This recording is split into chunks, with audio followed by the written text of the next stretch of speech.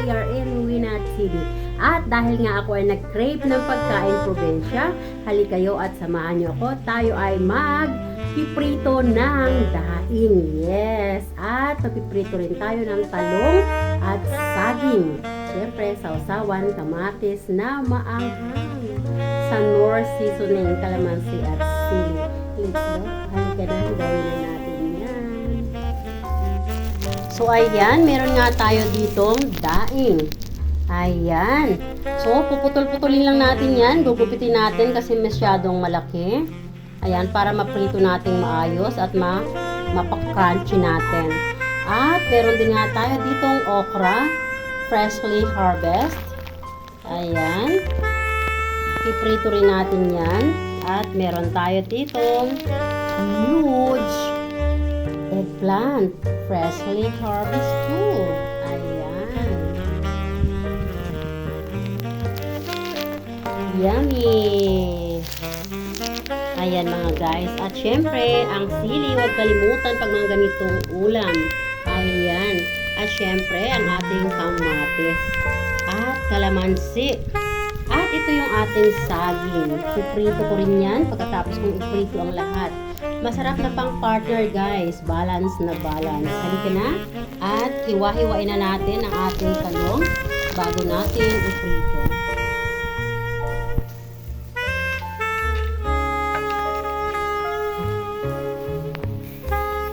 Tanggalan lang natin ang ulo.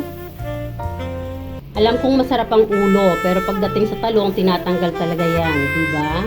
O, ayan. So, putulin lang natin ang ganyan.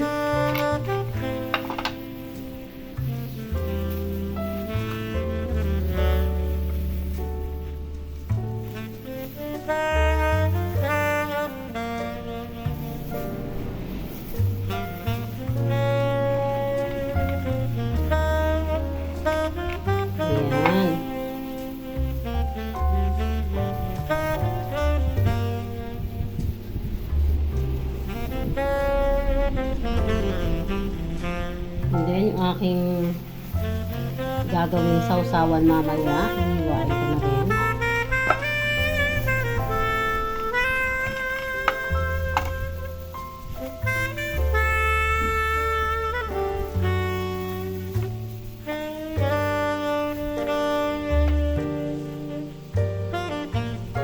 Hiwain ko na rin ang aking sili. Guys, alam nyo bang napakamahal ng sili, no? 10 piraso, 35 pesos. So, dahil napakamahal ng sili, titiknikan ko na lang yan. Yan, pang garnish, pang design. At ito naman ay hiwa-hiwain natin na para medyo umanghang yung ating sausawan. Ayaw ko rin naman anyway ng masyadong maanghang. Ayan.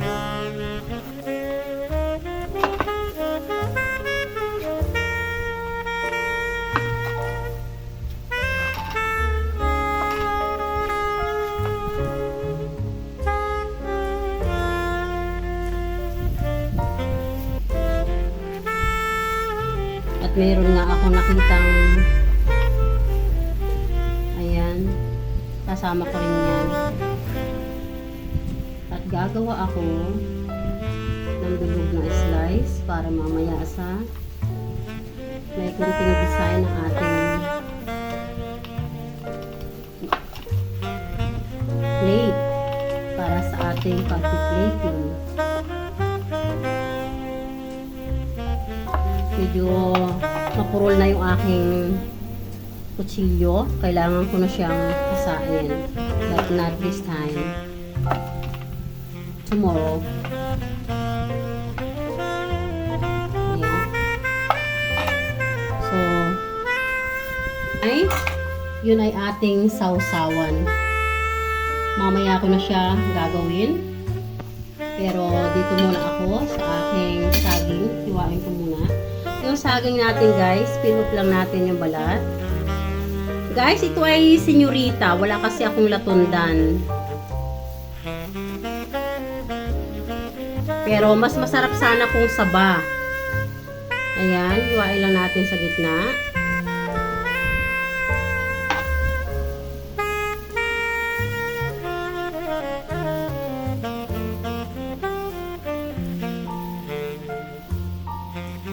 yung balat ng saging, huwag nating itapon. Kung kayo ay mahilig sa halaman na katulad ko, yung balat ng saging guys, pagkakain nyo, ibabad nyo sa tubig for 12 hours. And then, pag nababad na after 12 hours, no, lamasin nyo dun sa tubig na pinagbabaran at idilig nyo sa halaman. Pampabulaklak at pampayabong ng ating mga halaman. And then, ito namang ating daing. Ayan. So, gugupitin lang natin ng ganyan.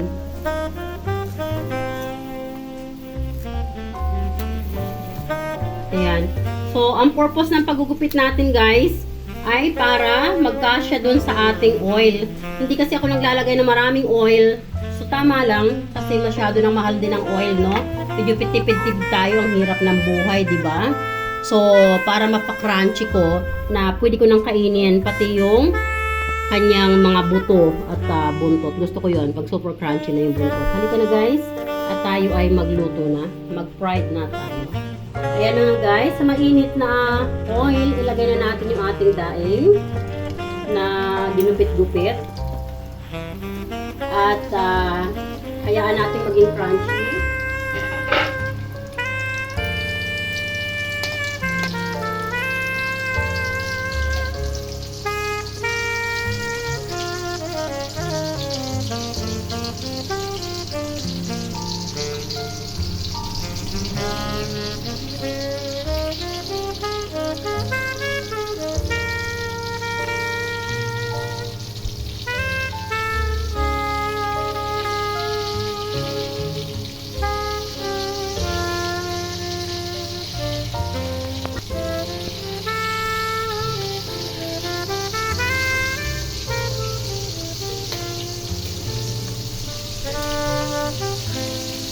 Balikan rin natin para maging balance yung pagka-crunchy niya.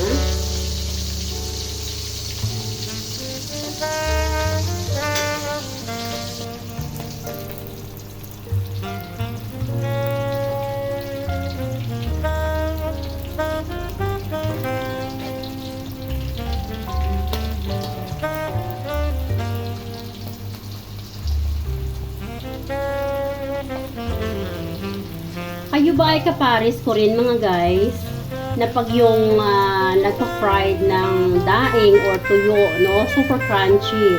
As in, gusto ko kasing kinakain yung ninangata-ngata yung buto, no, na napaka-crunchy. Nag-i-enjoy ako doon.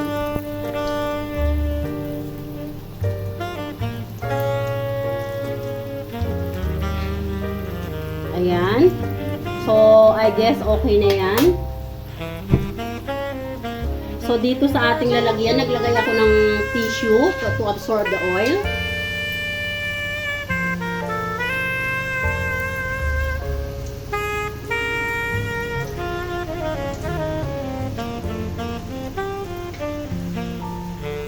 At isusunod naman natin ang ating talong.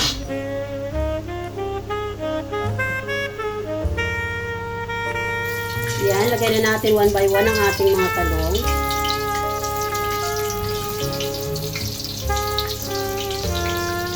Ay, mali yung pagkalagay ko ng talong. Dapat guys, ang pagkalagay ng talong pa ng piprito ay ganyan. Para hindi nag-absorb na masyado ng oil. Masyado akong na-excite sa aking pagpa-fry. So, mali tuloy yung pagkalagay ko.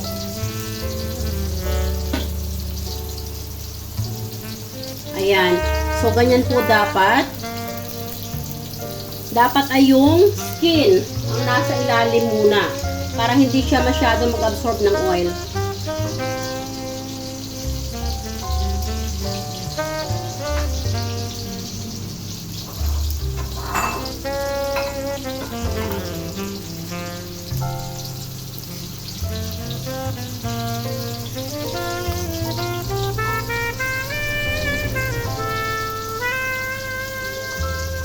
Yan, hayaan lang natin siya na mag-golden brown.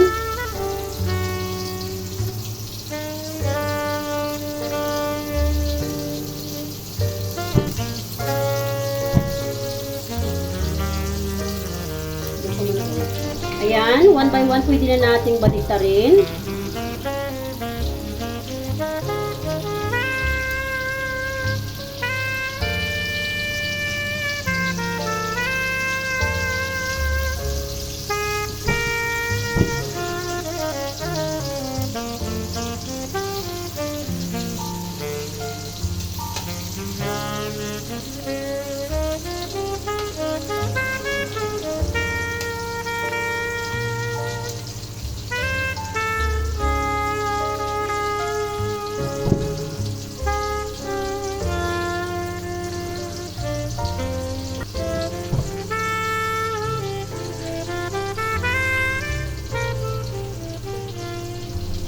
Ayan, pwede na yan.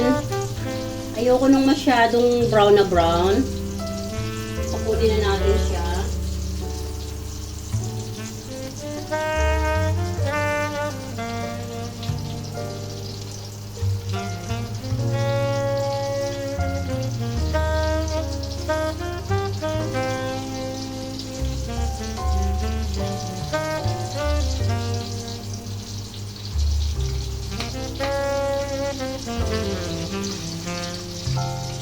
Ayan guys. So yung purpose ng ating tissue is to absorb the oil. Para hindi masyadong oily yung ating talong. At now ay pwede na naman natin ilagay ang ating okra.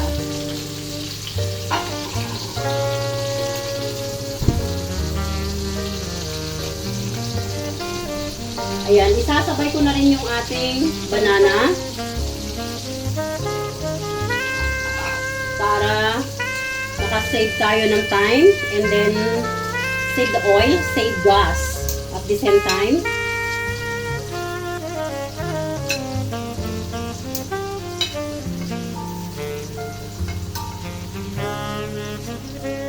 At nang tayo ay makakain na.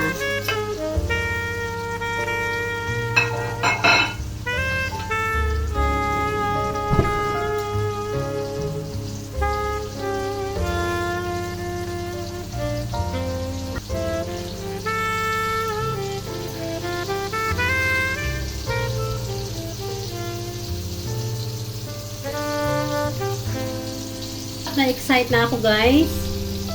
Look at that. Super excited na ako. Sarap yun. Ating baliktarin ang ating banana. Guys, take note ha. Kung meron po kayong saba, ay mas masarap po yung saging na saba. Mas masarap din po yung manibalang pa lang, yung hindi pa masyadong ripe, yung bago pa lang nahihinog. Ang tawag sa amin ay manibalang. Ano bang tawag sa inyo? Ayan, pwede na po yan. Ayan, pwede na natin silang kunin.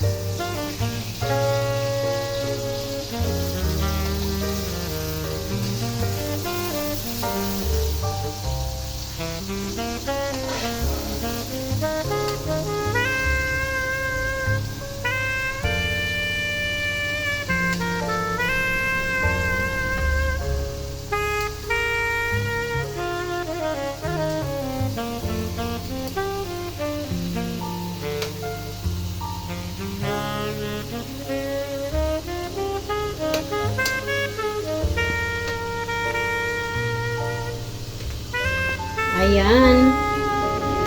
Nakaluto na tayo. Tcharan! So, halika na at tayo kakain na. Gawin na natin yung sausawan. Pigaan lang natin ng kalamansi yung ating mga ini-slice na tomatoes.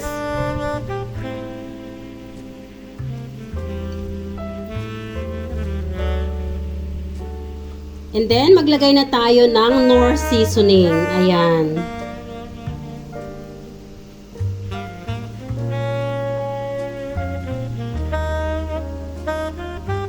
Ayan. O, diba? Wow. Simpleng ulam. So, ayan mga guys, ang sarap. O, di ba?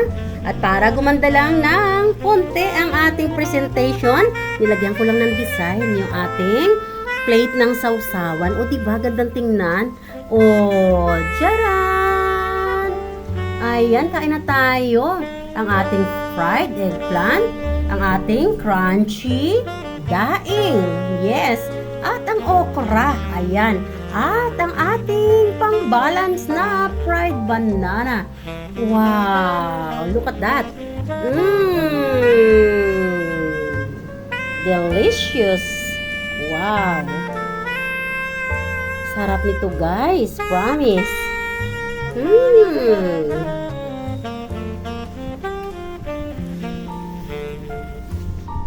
Ayan. Alam nyo guys, pag ako ay nagkikrave, at mayroon din naman ako sa refrigerator, ginagawa ko na yan. Kasi alam nyo ba, yung fulfillment ng buhay natin, simple lang.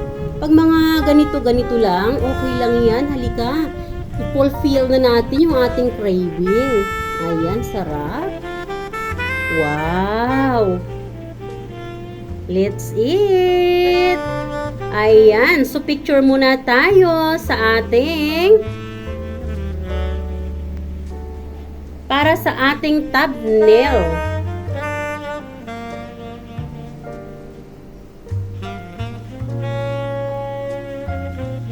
At tayo ay kakain na. Let's eat! Ayan, don't forget to subscribe my YouTube channel kung ikaw ay bago pa lang sa aking YouTube channel. At don't forget to write down your comment a little bit longer for the revenue. And also, kung nagustuhan mo ang ating video, ay pakishare na rin. Of course, if you do share my video, I will do the same. And let's keep helping one another to let us grow all together. Yes, I love you all guys. God bless.